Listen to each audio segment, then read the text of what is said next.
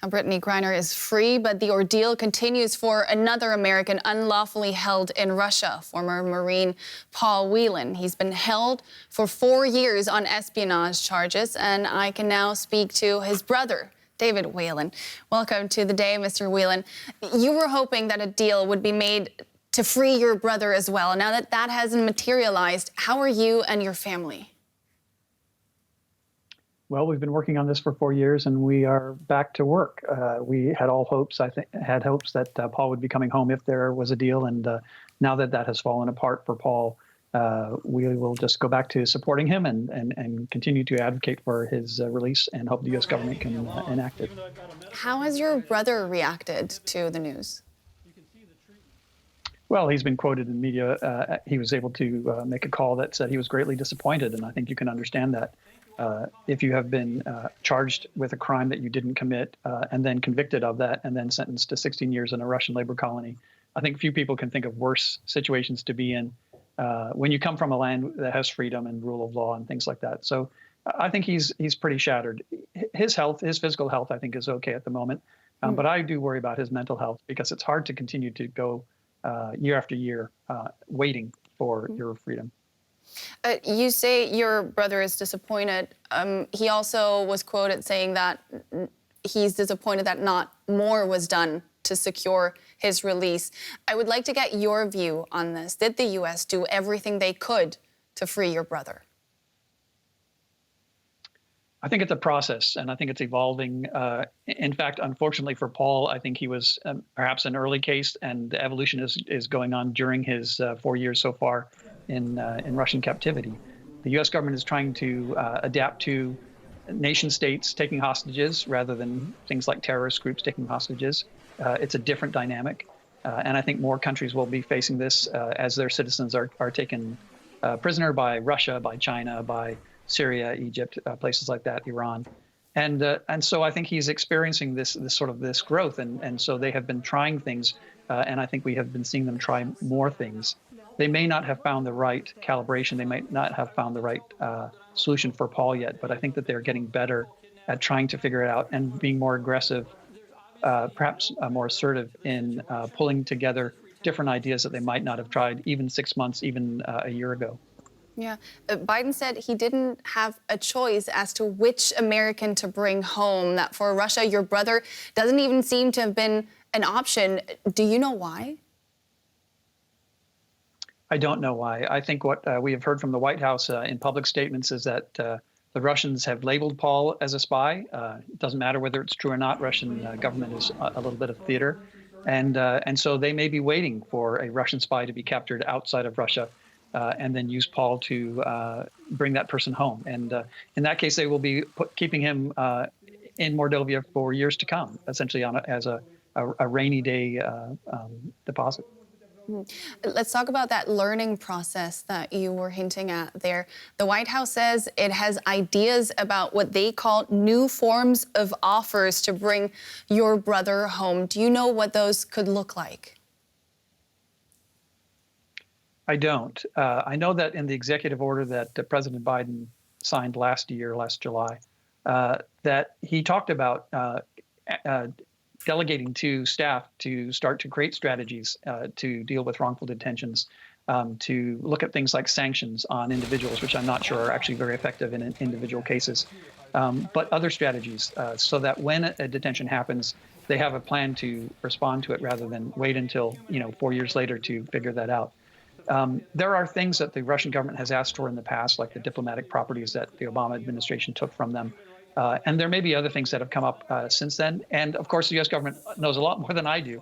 So I think that they will be creative. And I think that, again, they're not going back to square one. The things that they have tried so far didn't work, but they were able to get one American home, which I think is a success for America. And I think that they will figure out how to get the next one home as well. The man exchanged for Brittney Griner was once described by the head of the DEA as one of the most dangerous men on earth. And his release is, of course, hugely symbolic for the Kremlin, but it seems like Russia is keeping your brother behind bars as a sort of bargaining chip for someone even more important. You said maybe someone who's being detained in the U.S. on spying charges. How does that make you feel? We have known from December 28th, 2018, that Paul was being held for political purposes. He's always been there as a way to extort something from the U.S. government. I'm not sure that a spy is necessarily more or less valuable than Mr. Bout. I think America looks at its citizens as having individual value in ways that the Russian government does not look at its own citizenry. And so, I think each government makes different decisions about what they want to get in exchange for somebody. And the U.S. government may be more aggressive about bringing home a person because they care about that individual, where the Russians don't really care about anybody. Russian President Putin said today that more U.S.-Russian prisoner exchanges are possible if Moscow and Washington find a compromise. Does that give you and your family hope? Well, I'm not one to trust or believe Mr. Putin under any circumstance, but there's always hope, and I think there are always possibilities. One thing that the war in Ukraine has shown us is that no matter how bad relationships with Russia get, that there are still other things that can be accomplished, other agreements that can be made. So there's always a possibility that Paul could come home. Now, your brother, for now, continues behind bars. What can you tell us about the conditions he's being held in? It's typical Russian labor camp. It's 6 days of work a week. It's 2 inches of fish a day.